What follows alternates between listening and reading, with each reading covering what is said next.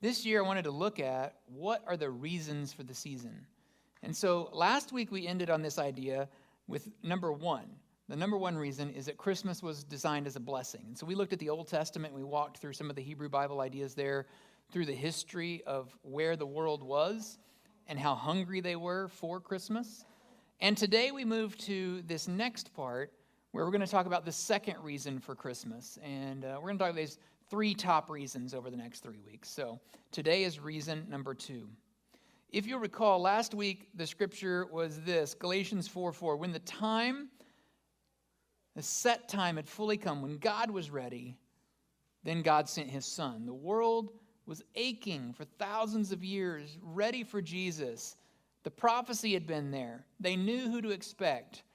But it seemed like the promise made to Abraham was never going to come true. And yet, it did. God honored his promise. But we learned out of that example and that process of history that God's timing is not our timing. That 2,000 years wasn't a lot of time to God. It was a vast amount of time for us. But God was blessing the world in his timeline. God chose to bless the world how he wanted to in his timeline. There's an interesting corollary written in the book of Romans by the Apostle Paul. He says, you see, just at the right time, when we were still powerless, Christ died for the ungodly. God demonstrates his own love for us in this, that while we were still sinners, Christ died for us. Now, the reason this teaching is so important is because what Paul highlights here is that it wasn't because of how good we were that God was like, okay, I need to send Jesus for them. He wasn't waiting for us to be perfect. Some people have misunderstood that the waiting process that God went through with us was like us figuring it out enough, us getting good enough. No, actually, as we looked at last week through the march through history, it was bad, really bad, getting worse. And so God came in at a point in history with a hateful, prideful, evil world. And he brought his son into that mess to an undeserving world. And that's a big part of what makes God's love so incredible and amazing towards us, is that it wasn't something we earned. It was completely undeserved. That's the definition of grace, that we didn't deserve it, but that God gave it freely to us. So, in the midst of this rebellious world, in the midst of anger and evil and wars and rumors of wars, in the midst of fighting in families and fighting in nations and hatred and injustice, God sent his son into this world. It's like, to me, what I saw recently at the mall, and kind of was in that video a little bit, was a parent dragging a screaming toddler through the mall and stopping at the Great American Cookie Shop and giving in and just buying a cookie and just like jamming it in the kid, and the kid stopped at that point. And I was like, wow. But kind of what God did for us is kind of the same way. We were just like, no, I'm not going to do what you say, and I'm going to figure it out on my own. And God sent Jesus even in the midst of our rebellion. And that's wild. That's wild to think about, that he sent Jesus not because we were so good, because we were behaving so well. He sent Jesus because we needed so much this opportunity. But one more corollary. This idea that we were not the reason, like our goodness was not the reason. In the Old Testament even, in Deuteronomy, it says this, the Lord did not set his heart on you, talking to Israel, and choose you because you were more numerous than other nations, for you were the smallest of all the nations. Rather, it was simply that the Lord loves you, and he was keeping the oath he had sworn to your ancestors. Abraham.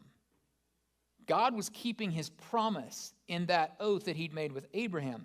But again, he wasn't picking Israel because they were so special or different or unique. He was picking them because he picked them, because he made that oath with Abram. And here's the deal. We are part of that lineage because that's when Jesus comes to the world. We connected that last week. We connected those dots. So even our spiritual ancestors were not chosen because they were special, because of how awesome they were, because of how much money they had, because of how powerful they were. because of all the standards of our world, our fallen world. None of that made a difference to God. That's not the reason. He picked them and us because he chose to do so. He made a covenant long, long ago, and God keeps his promises.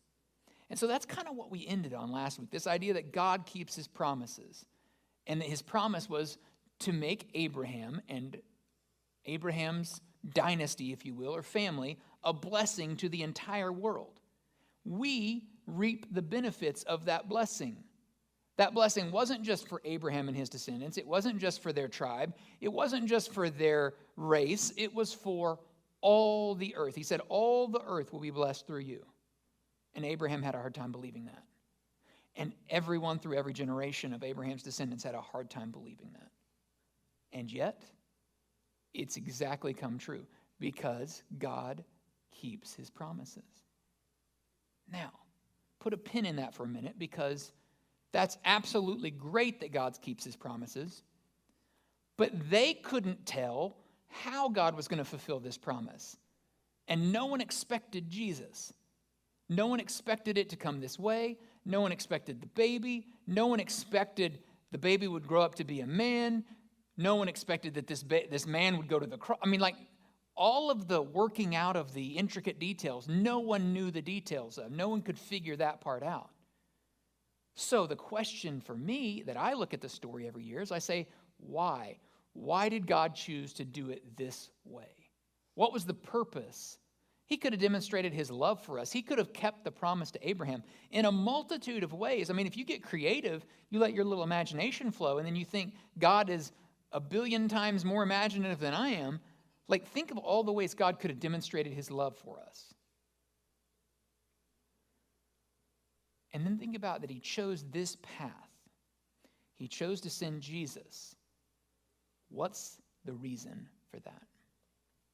We're going to look at scriptures today. We're going to look at some writers today that talk about the reason that Jesus was sent. The reason that Jesus was sent in this way. The reason that Jesus was born. The gift that Jesus was. And I think part of it, because I mean, part of my, I mean, it's like, well, why didn't he wait till texting was a thing? You know, if we're waiting thousands of years already, we could wait till texting's a thing, and then everybody just gets an Amber Alert, and hey, guess what? Here's the truth about who Jesus is.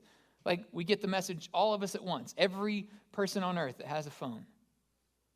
That'd be rather impersonal, though, wouldn't it? There's something about sending Jesus into this culture and sending this miracle birth and sending this person who comes at a time when heartache is at the top and there feels like there's no hope. And there's something about the way God has communicated every other time before that throughout history. Every other time in history, how God has communicated, whether you want to talk about Abram, you want to talk about angels descending, you want to talk about a voice in the clouds, you want to talk about a burning bush that is burning and somehow not yet burned up to Moses. You want to talk about all the ways that God has communicated through the prophets. None of it's been very perfect. It's all been very imperfect. And if you read some of the accounts in the Hebrew Bible of what angels look like, there's no wonder they were scared to death. These things don't look like the things that top our trees. Angels are scary looking. I mean, wild. And so, very imperfect ways of communicating. The thought is today that Jesus was sent as a more perfect way to communicate. Our understanding of communication is very much muddled. You know, sometimes we can watch the same TV show and get two different messages. And so communication is important and powerful. Jesus is one way that God is communicating with us, and it is really the clearest way ever that we've had access to God. Never before have we had that kind of access to God in the flesh, walking and dwelling amongst us. So reason number 2 is that God chose to send Jesus to personally communicate his forgiveness, compassion, and love for you. Christmas is a blessing, we said with week 1. The reason number 2 then is that God sent Jesus to communicate in a very personal way, in a way that maybe a book wouldn't, in a way that maybe a prophet couldn't, in a way that maybe a miracle like a burning bush or a voice from heaven or an internal thing or an angel descending couldn't. Jesus was very intimate and close with us. There's a evangelist and Christian writer who was in China. He died in the 70s, but he was very popular, went all around and doing work in communist China. Watchman Nee said this. He said, God will answer all our questions in one way and one way only, namely by showing us more of his Son. We struggle with wanting to know God and wanting to know him and understand who he is. And it's a universal, you're not alone in that. If you struggle with that, you're not alone in that. The disciples, as we'll look in just a moment, were hounding Jesus about this. Show us the Father, show us the Father. And it's almost like Jesus is doing McFly, McFly to the disciples' heads and being like, hello, you see me. I'm the Father too. We're all in this together, but they're not getting it. And we sometimes fall into that same trap. We don't realize that Jesus, who was sent to this world, was meant to help us see God so much more clear. And we are so lucky. We're so lucky because we get to see God so much more clearly. You know, we read these stories in the Old Testament, and they're struggling with basic concepts. And sometimes there's a little bit of, on our behalf, a little bit of narcissism where we're like, well, we're so much better than them. We understand God. We walk so much more closely with God than they did, these ignorant people. It's not that they're ignorant. It's that there's huge owl-like beings with 40 eyes looking at them, talking to them, and that's an angel. There's a screeching sound from the heavens. There's some man, human, saying, I'm a prophet of God, and this is what I've got for you. Like, it's not their fault. They had a very dim mirror to look in and to try to see God through. You and I are so blessed. We live in a time of Christ's reign. We live in a time where Jesus has come to earth and the flesh has dwelt amongst us. The Word became flesh. God in the flesh. Never happened before. Is it perfect 2,000 years after the resurrection? No, it's not perfect. But it's the best kind of communication we're going to get this side of heaven. It is clear. It is different than ever before. It was never done before, and here it is. If we want to see more of him, Nee says, look, he will show you more and more of his Son. I don't know if you remember in the 90s, these 3D posters that everybody had. They had I think they were called stereograms, and they were in restrooms, they were in businesses. I remember in college, my best friend had one in his room, and I hated these things. It was so difficult for me to see them. Did anybody else struggle with these things? Do you remember these stereograms? I mean, I would be like, it's an elephant. And they're like, it's a race car, dude. What's wrong with you? I don't know. And I remember in his room, because I hung out with him a lot, just sitting there and being like, I still can't see it. I would lie and say I could see whatever they said it was. Oh, yeah, I see it. But I mean, I would struggle. And I think it was because when I grew up, we had a wallpaper in our bathroom. And this wallpaper, if you crossed your eyes, it kind of looked 3D. So I found myself spending some time in the office there sometimes and crossing my eyes a lot and making it look 3D. And I think that really ruined my vision. I think that hurt it because when these things came out, I couldn't do it. They're like, look through it and then you'll see it. And I'm like, I see nothing. I see gibberish. I see garbage. I don't see the space shuttle. I don't see any of it.